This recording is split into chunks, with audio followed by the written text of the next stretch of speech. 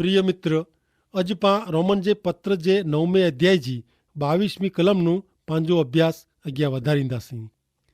हिन प्रमाणे ईश्वर जेकी क्यों आहियो उहो सचो आहे।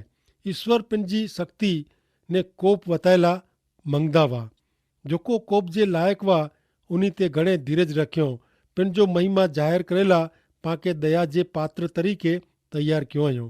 पाके यहूदी मिजाज न पण ॿिनि यहूदी मिजा पण आमंत्रण ॾिनो।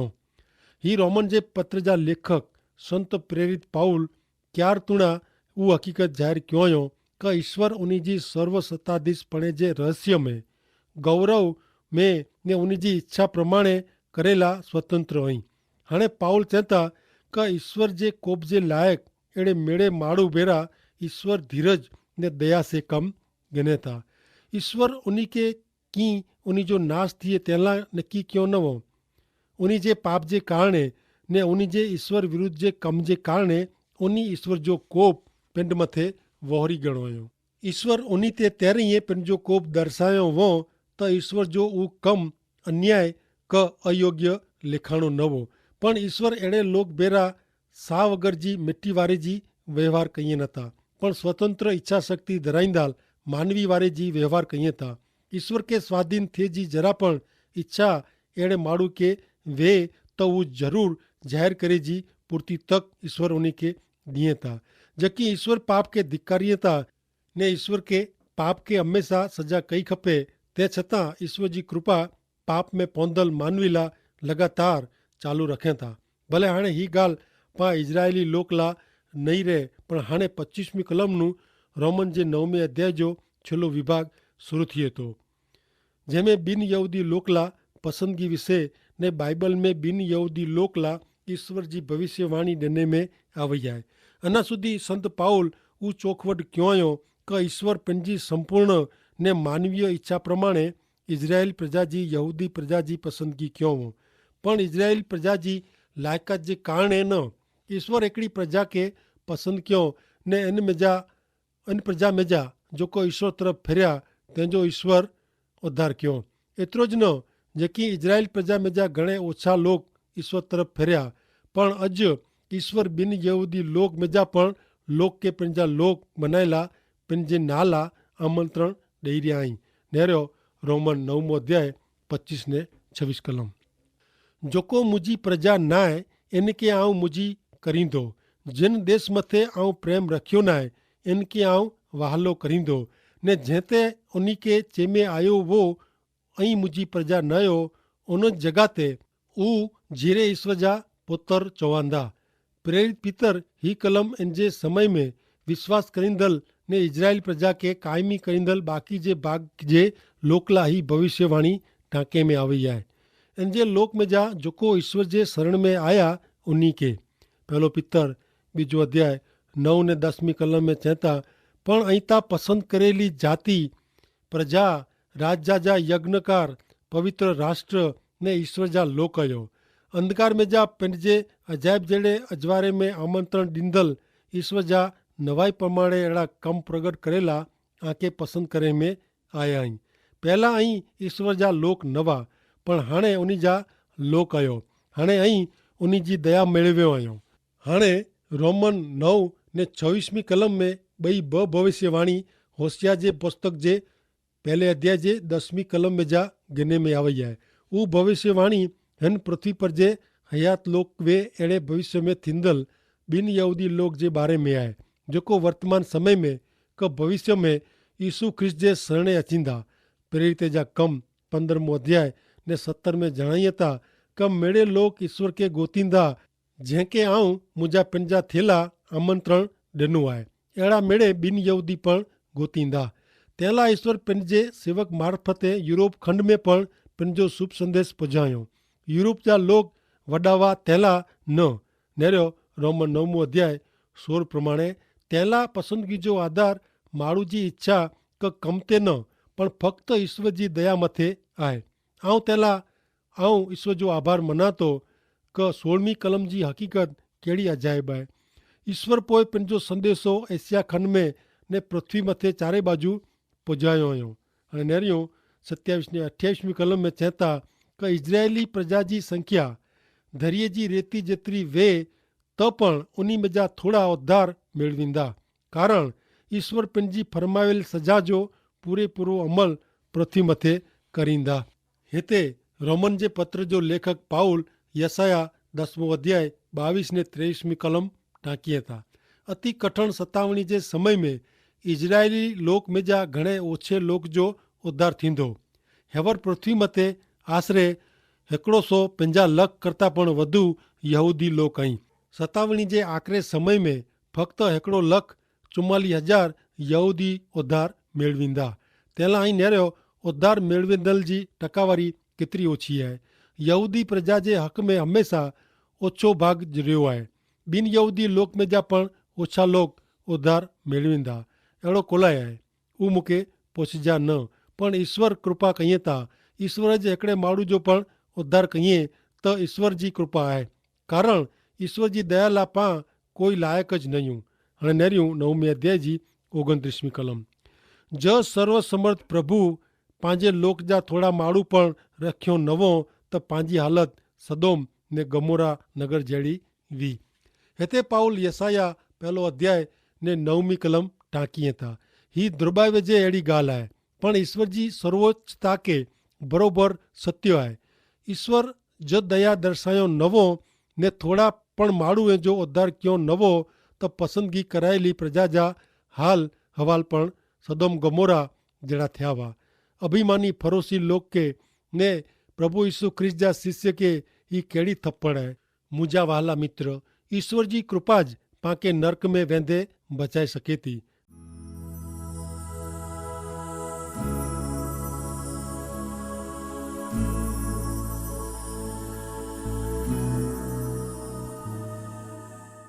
हाणे नेरियूं 30 कलम रोमन जो 9 अध्याय ने कलम 3।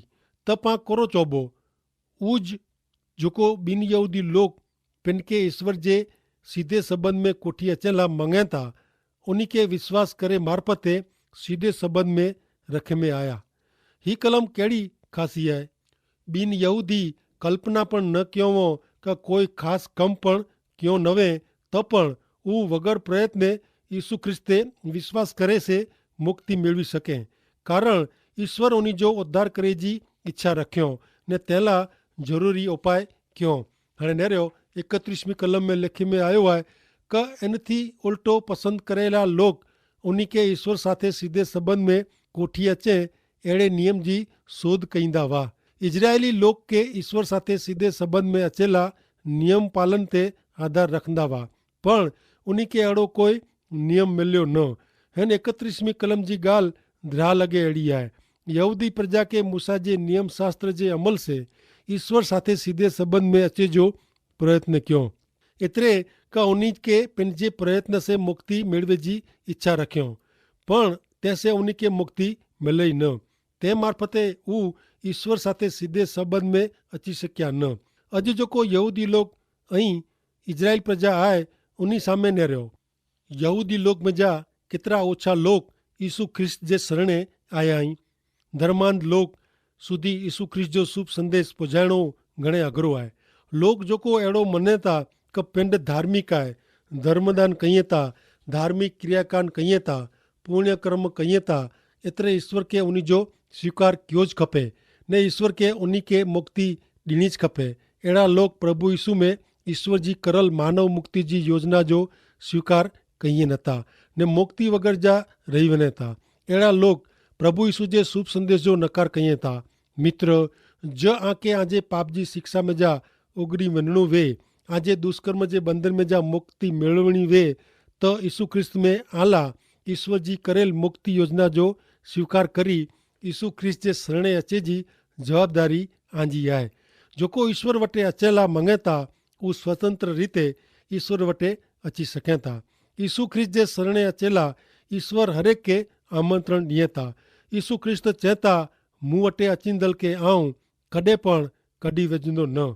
तेला मित्र, हिकिड़ी बाजू ते उभा रहीने अहिड़ो चवजा न कि यीशु ख्रिस्त मात्र उन्हीं जे शिष्य जाज मुक्तिदाता आहीं ने यीशु ख्रिस्त मुझो स्वीकार नहीं कईं। ना ना मित्र, यीशु ख्रिस्त आजा पण सर्जनहार आहीं ने यीशु ख्रिस्त आके पण प्रेम कईं था। तेला त यीशु ख्रिस्त आजे बदले में पण आजे पाप जो दंड क्रूस ते भरपाई कियो हुयो। तेला ज आजे दुष्कर्म जे बंधन में जा मुक्त थेला मंगदावो ज आजी पाप जी शिक्षा में जा ओगरेला मंगदावो तो ईश्वर ता आके ओगारेला तैयार जाई। पण जो आजे दुष्कर्म जे बंधन में जा पाप जी शिक्षा में जा ओगरेला मंगदा नवो तो आजी इच्छा जी गाल है।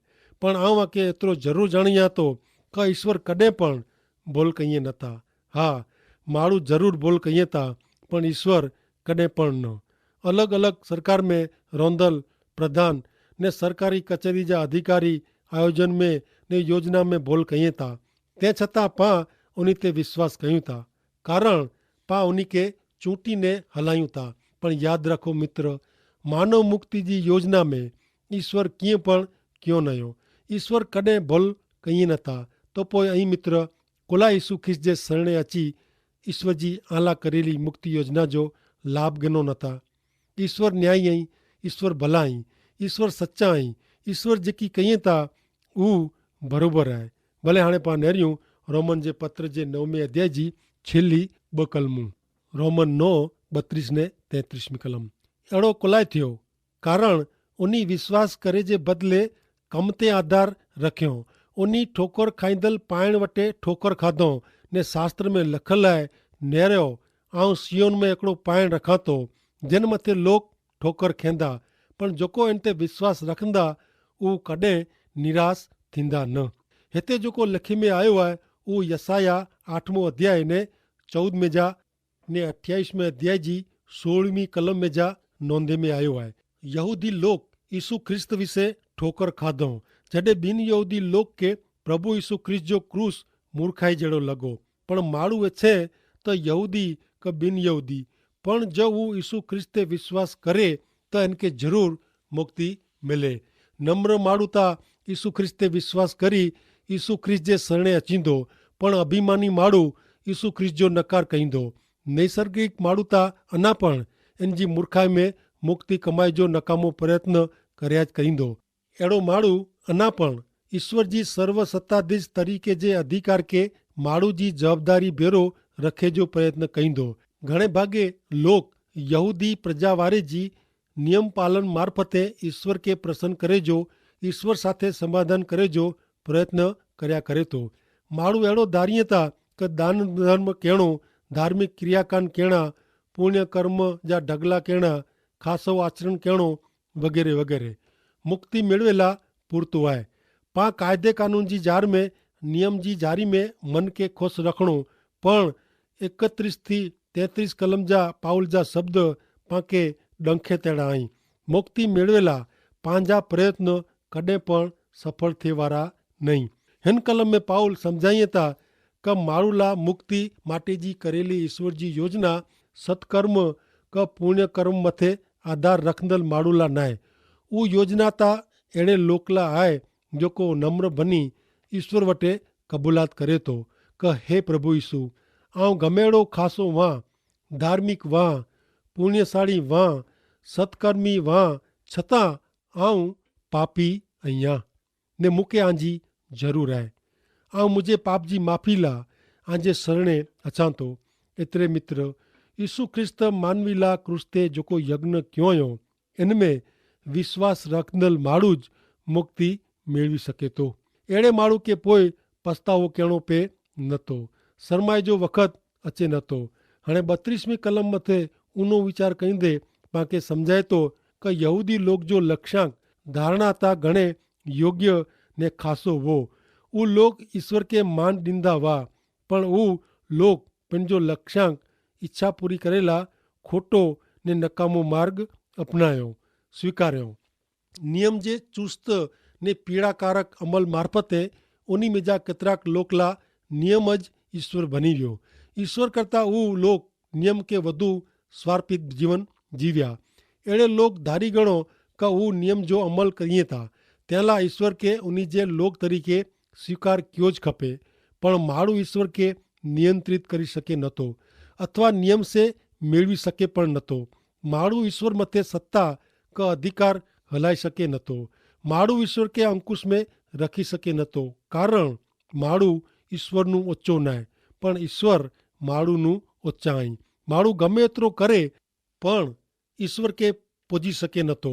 ઈશ્વરજી ઊંચાઈ કે સર કરી શકે નહોતો. પોજી શકાજે એડા ઈશ્વર જ નહીં.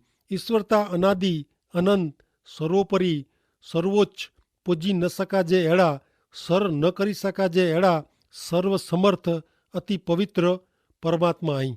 માળું આય ને માળું જ રોંધો. માળું કદે પણ ઈશ્વર બની શકે ન.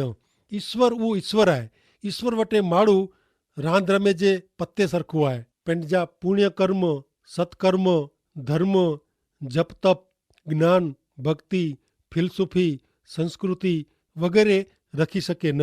ઈશ્વરજી હેકડી ફૂંક માત્ર સે ઉ મેળે હવા में उड़ी विने एतरे मित्र ईश्वर के वश करी सकाजे न.